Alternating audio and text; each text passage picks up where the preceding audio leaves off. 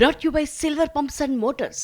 Top quality और consistent performance के लिए सिर्फ सिल्वर पंप्स नाम याद रखना. జక్కన్నతో సినిమా అంటే ఏ హీరో అయినా కనీసం 2 ఏళ్లు లాక్ అవ్వాల్సిందే.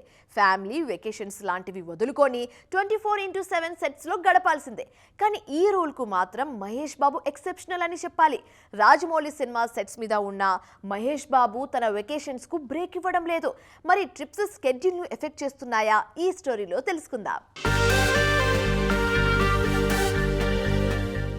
SSMB 29 షూట్ కు ముందే మహేష్ పాస్పోర్ట్ లాగేసుకున్నా అని ఫన్నీగా ఓ పోస్ట్ పెట్టారు రాజమౌళి. షూటింగ్ స్టార్ట్ అయిన తర్వాత కూడా బ్యాక్ టు బ్యాక్ 2 స్కెడ్యూల్స్ పూర్తి చేసి స్పీడ్ చూపించారు. కానీ సడన్ గా ఫ్యామిలీతో కలిసి మహేష్ ఫారిన్ ట్రిప్ కు ఫ్లైట్ ఎక్కేయటంతో ఆడియన్స్ షాక్ అయ్యారు. మహేష్ ఇలా ఫ్యామిలీ వెకేషన్స్ కు బ్రేక్ తీసుకుంటే సినిమా ఎప్పటికీ పూర్తి కావాలని టెన్షన్ పడ్డారు. మహేష్ షూటింగ్ ఏమాత్రం డిస్టర్బ్ అవ్వకుండానే ఈ వెకేషన్ ట్రిప్ ను ప్లాన్ చేశారట. ఒడిశా స్కెడ్యూల్ తర్వాత ప్రీ ప్రొడక్షన్ కోసం రాజమౌళి తీసుకున్న బ్రేక్ టైంలోనే మహేష్ తన వెకేషన్ ను కంప్లీట్ చేశారు. జస్ట్ 10 రోజుల్లోనే ట్రిప్ ముగించుకుని ఇండియాకు తిరిగి వచ్చేశారు. వెంటనే షూటింగ్ లో జాయిన్ అయ్యేందుకు ప్రిపేర్ అవుతున్నారు. మహేష్ తిరిగి వచ్చిన వీడియో వైరల్ కావటంతో సూపర్ స్టార్ ఫ్యాన్స్ ఊపిరి పీల్చుకున్నారు. ఇప్పటికే మహేష్ సినిమా రిలీజ్ అయి 15 నెలలు దాటిపోయింది.